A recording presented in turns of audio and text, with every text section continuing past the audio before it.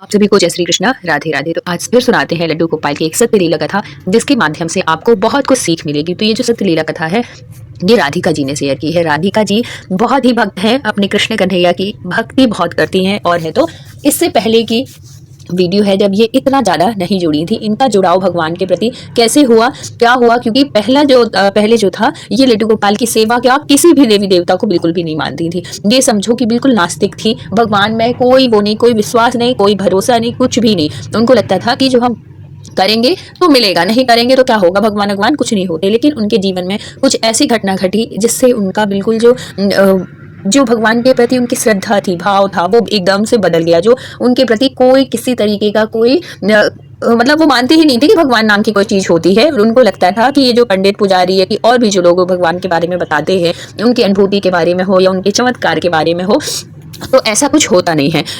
यही उनके मन में भरा हुआ था। लेकिन जब इनकी शादी हो जाती है, शादी के बाद जब इनकी जो ससुराल होती है ना, वहाँ पे पूजा पाठ होती है। वो इनकी जो सास थी, वो कार्तिक मास का स्नान करती थी। बहुत अच्छे से स्नान करके भगवान का पूजा पाठ, दान दक्षिणा खूब किया करती थी। तो इनको उस टाइम पे भी इनको लगा करता था कि ये सब फालतू के वो करती हैं, चोचले करती हैं, और ये सब चीज़ें क्या है, परेशान करना अपने आप को, सुबह जल्दी उठना और सुबह सुबह सबकी नींद डिस्टर्ब करती हैं, पूजा पाठ करने लगती हैं, हवन करने लगती हैं। उसको और भी चिढ़ होने लगी थी। मतलब उनकी अगर सास करती ना, तब भी उसको दिक्कत होती थी कि हमारी नींद खराब होती है, क्योंकि कार्तिक मास में सुबह का स्नान का होता है, तारों की छाँव में हमें दीपदान करना होता है, तुलसी जी की सेवा, मतलब ब्रह्म मुहूर्त में ही कार्तिक मास में उठ के भगवान की सेवा की जाती है।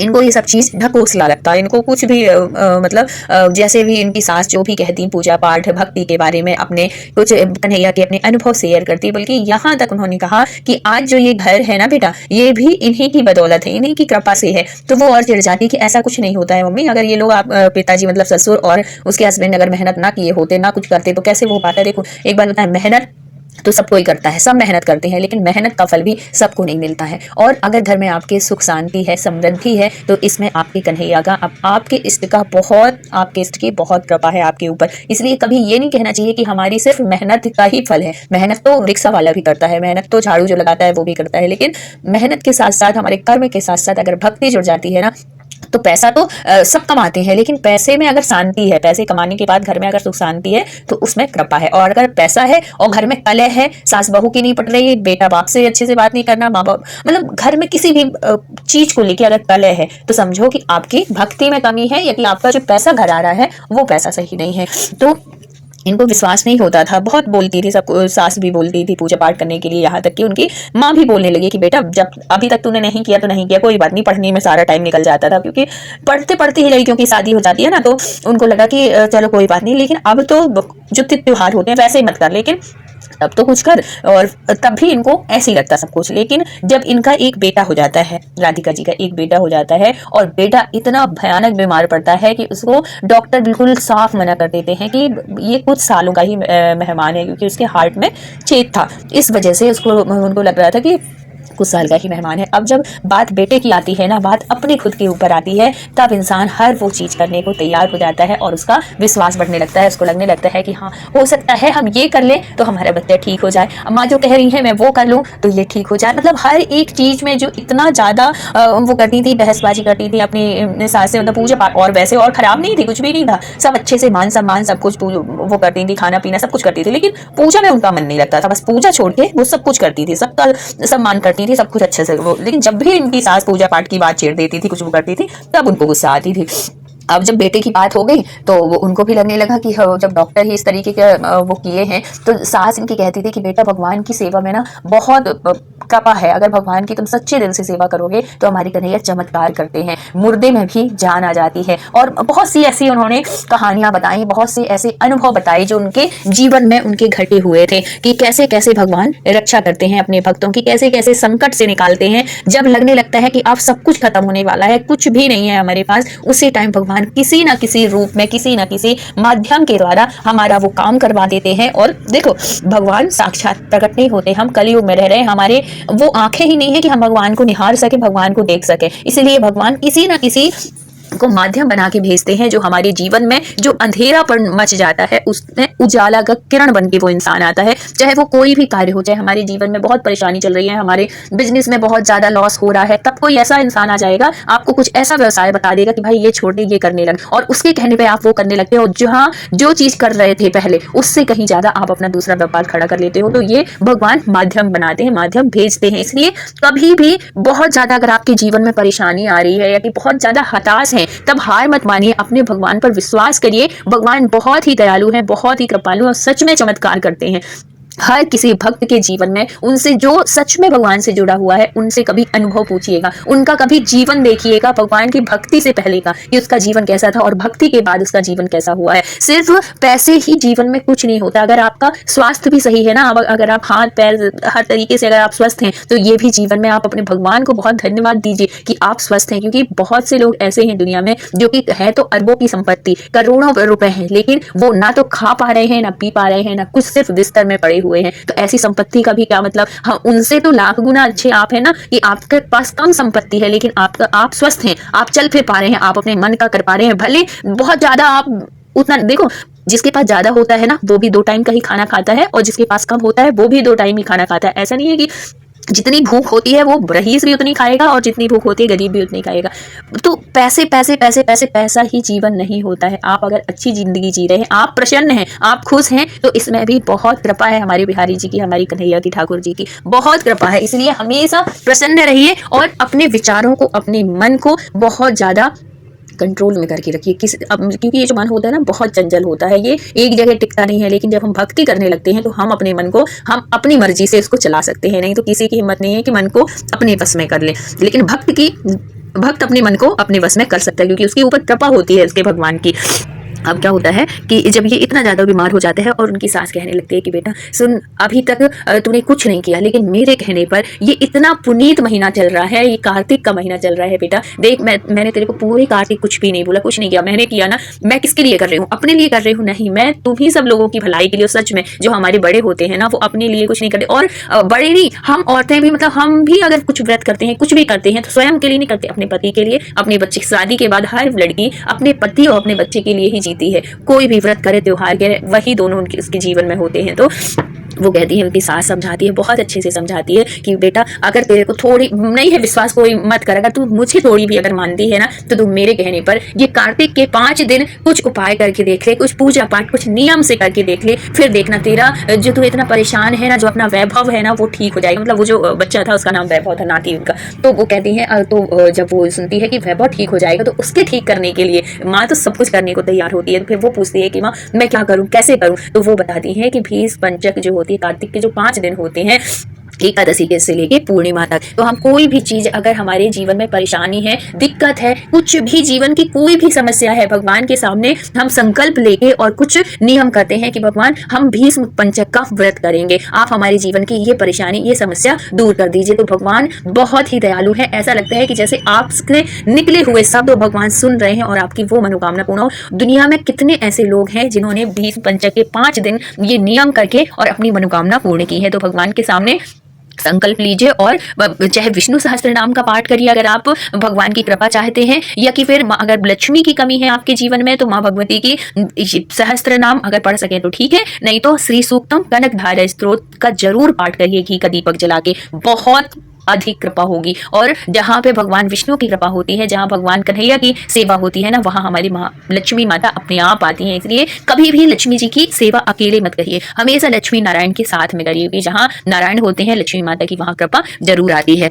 और अगर आप लक्ष्मी जी की बस सेवा करेंगे तो क्षणिक कुछ टाइम तक ही उनकी कृपा हो सकती है, लेकिन दोनों की करेंगे तो आपके घर में स्थिर होके वो वास करेंगी। तो फिर बाद में वो कहती है, उनकी सास कहती है कि तू संकल्प ले कि हे भगवान मैं 5 दिन तक आपका विष्णु सहस्त्र नाम का पाठ करूंगी, या कि रामायण की कुछ कोई एक भी अध्याय निकाल ले, कुछ भी वो कर ले। जैसे रामायण में कांड होते हैं ना, अयोध्या कांड, किष्किंधा कांड, बाल कांड, कोई भी एक वो निकाल लो, वो आप पूरा कर सकते हो। या कि संकल्प लेके कोई भी चीज आप एक चीज का कि मैं इतने से इतने बजे तक मैं करूँ, अगर टाइम का अगर फिक्स नहीं है तो कोई नहीं, सुबह या शाम आप एक टाइम बना लो, उसमें संकल्प लेके अगर आप भगवान की सेवा करते हैं, पूजा पाठ करते हैं और भीष्म पंचक में कार्तिक स्नान जैसे ही सुबह ब्रह्म मुहूर्त में उठ के सब आप पहले संकल्प लो कि मैं 5 दिन भीष्म पंचक का संकल्प लेती हूँ, मैं पूजा पाठ करूंगी। तो उसमें आप ब्रह्म मुहूर्त में उठो, 3:30 से 4 बजे के बीच में उठो, नहाओ धो और तारों की छांव में आप दीप दान करो, मतलब दीपक जलाओ तारों के लिए, आकाश दीप जिसको कहते हैं। आप तुलसी जी में पूजा करो और तुलसी जी से प्रार्थना करो कि हे माँ भगवती, मेरे जीवन में ये परेशानी है, आप मेरे जीवन की इस परेशानी को दूर करो माँ।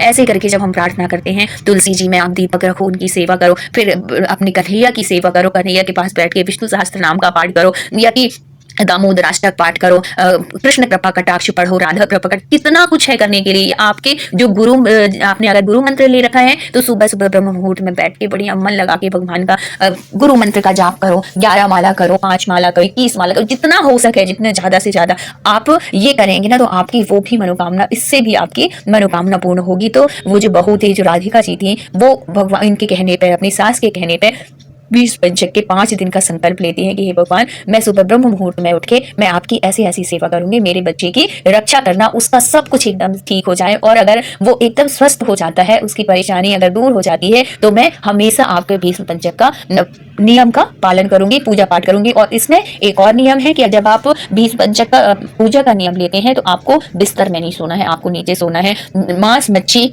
लहसुन प्याज का सेवन नहीं करना है, हो सके तो आप एक टाइम भोजन करिए। और अगर आप फलाहार भी अगर 5 दिन कर लेते हैं तो इससे अच्छा तो कुछ है नहीं, लेकिन अगर आप नहीं रह पाएंगे तो आप एक टाइम भोजन कर लीजिए। मसूर दाल नहीं खाना है, बैगन नहीं खाना है, और हो सके तो किसी के घर का बिल्कुल भी अनाज पानी कुछ भी 5 दिन मत खाइए, और अपने और बुराइयों से बचिए, किसी की चुगली मत करिए और ना ही सुनिए। ये नहीं कि हम तो नहीं कर रहे हैं लेकिन हम सुन सबकी लेंगे, ऐसे भी नहीं, ना तो हमें सुनना है, ना ऐसे लोगों के पास बैठना है, खड़े होना है जो चुगली करते हैं, जो इस तरीके की बातें करते हैं। तो कुछ नियम इस तरीके का संकल्प लेके जब आप पूजा स्टार्ट करेंगे ना तो आपकी हर एक मनोकामना पूर्ण होगी। तो भीष्म पंचक हमारे जीवन में बहुत ही सुनहरा समय होता है। जो कार्तिक का मास है ना, साक्षात भगवान लक्ष्मी नारायण की कृपा वाला टाइम होता है। आप इसमें जितना सिर्फ 1 महीना और महीने नहीं कर पाए हैं तो अभी भी मौका है। 5 दिन आप संकल्प लेके आप पूजा का नियम ले लीजिए कि ऐसे ऐसे करूंगा। बहुत से लोग 5 दिन के लिए चप्पल छोड़ देते हैं, वो भी एक नियम होता है। आप बहुत से लोग तो पूरे कार्तिक में नहीं पहनते, नवरात्रि में नहीं पहनते, और अगर आपने ये सब चीज नहीं किया है तो 5 दिन आप जरूर कर लीजिए अगर हो सके तो। बहुत अच्छा लगता है जब हम कुछ पूजा पाठ कुछ नियम के साथ करते हैं। भगवान हमारी हर मनोकामना पूर्ण करते हैं, और लक्ष्मी नारायण भगवान करे तो हर किसी की मनोकामना पूर्ण हो। जिसके पास भी ये वीडियो जा रहा है उसकी भी हर एक मनोकामना पूर्ण हो। तो उन्होंने ये किया, कार्तिक का नियम लेके पूजा पाठ किए, तो भगवान की कृपा से जो इतना परेशानी झेल रहा था ना, वो बच्चा कार्तिक जब पूरा हो गया, उसके चेकअप के लिए गए तो डॉक्टर भी देखकर हैरान हो जाता है कि आखिर इतना जल्दी रिकवर कैसे हो गया। ऐसा तो कुछ मतलब मेडिसिन तो वही थी जो चल ही रही थी, तो इतने जल्दी तो इसको होना ही नहीं था। आखिर ये चमत्कार कैसे हुआ? कई बार जब उन्होंने इस तरीके का बोला कि ये चमत्कार कैसे हुआ, आखिर कैसे इतने जल्दी वो हो गया, तब उन्होंने बताया कि ये कुछ नहीं, ये भगवान की भक्ति का परिणाम है। जो कि हमने ये सब चीज फिर उन्होंने बताया कि भीष्म पंचक का संकल्प लेके, क्योंकि वो जो डॉक्टर था वो भी धार्मिक था, वो भक्ति से जुड़ा हुआ था। और देखो, डॉक्टर वैसे ये सब चीजें मानते नहीं है, लेकिन आज भी बहुत से डॉक्टर ऐसे हैं जो कि भगवान में भी विश्वास करते हैं। और आपने अधिकतर देखा होगा कि जब मरीज की बहुत ज्यादा हालत कंडीशन खराब होने लगती है तब डॉक्टर भी कह देते हैं कि अब आप भगवान से प्रार्थना करिए, वही कुछ कर सकते हैं, अब हमारे हाथ में नहीं है। तो जब डॉक्टर के हाथ में भी नहीं होती ना जो चीजें, वो ईश्वर के हाथ में होती है। भगवान चाहे तो वो सब कुछ कर सकते हैं।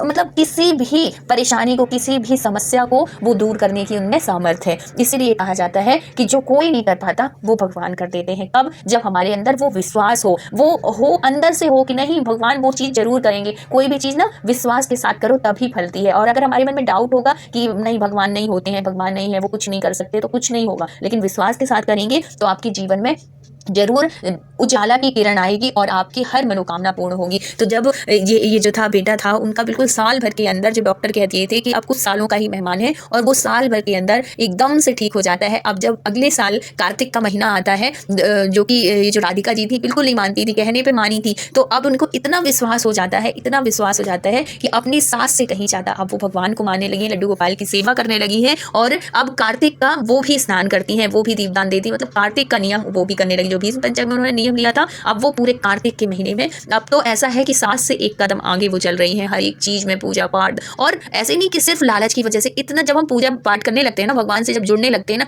तो हमें इतना आनंद आता है कि मैं शब्दों में नहीं बता सकती। और सच में हमारे कन्हैया इतनी कृपा करते हैं, इतने दयालु हैं कि हमें कुछ कहने की जरूरत ही नहीं पड़ती। हर कुछ उन्हें पता है कि हमें कब कैसे किस चीज की जरूरत है। तो अपने कन्हैया से जरूर जुड़िए। आप सिर्फ पूजा के लिए नहीं, अंदर से दिल से जुड़िए, उनसे कोई रिश्ता बनाइए, तब देखिए आपका माल कितनी कृपा होती है। और ये जीवन में हम, ये जो भीष्म पंचक का टाइम है, ये जो कार्तिक महीने का टाइम है, ये हमारे जीवन में बहुत ही सुनहरा अवसर होता है, जब हम अपनी सारी मनोकामनाएं, सारी इच्छाएं, हर परेशानी को दूर कर सकते हैं और हर इच्छा को पूर्ण कर सकते हैं। तो इस कार्तिक के महीने में ये तो अब महीना तो अब गया समझो, अब ये भीष्म पंचक में है, तो इसमें भी अगर आप कुछ संकल्प के साथ करेंगे, जैसे ये राधिका जी ने किया, तो आपको पूरा फल मिलेगा। ये कार्तिक का तो मिलेगा, चतुर्मास का भी फल मिलता है अगर हम भीष्म पंचक का व्रत करते हैं या कि उसका नियम करते हैं। बहुत से लोग व्रत भी करते हैं भीष्म पंचक का, एक टाइम ही भोजन करते हैं, बहुत से लोग फलाहार लेते हैं, बहुत से लोग दूध में ही रह लेते हैं। तो आपके जितने जैसा स्वास्थ्य हो, आपकी जैसी श्रद्धा हो, उस हिसाब से आप भी कर सकते हैं। आपके जीवन में बहुत उन्नति आएगी, बहुत कृपा बरसेगी कन्हैया की हमारे। और कन्हैया के साथ साथ, क्योंकि जहाँ कन्हैया प्रसन्न होते हैं वहाँ लक्ष्मी जी की कृपा तो होती है, क्योंकि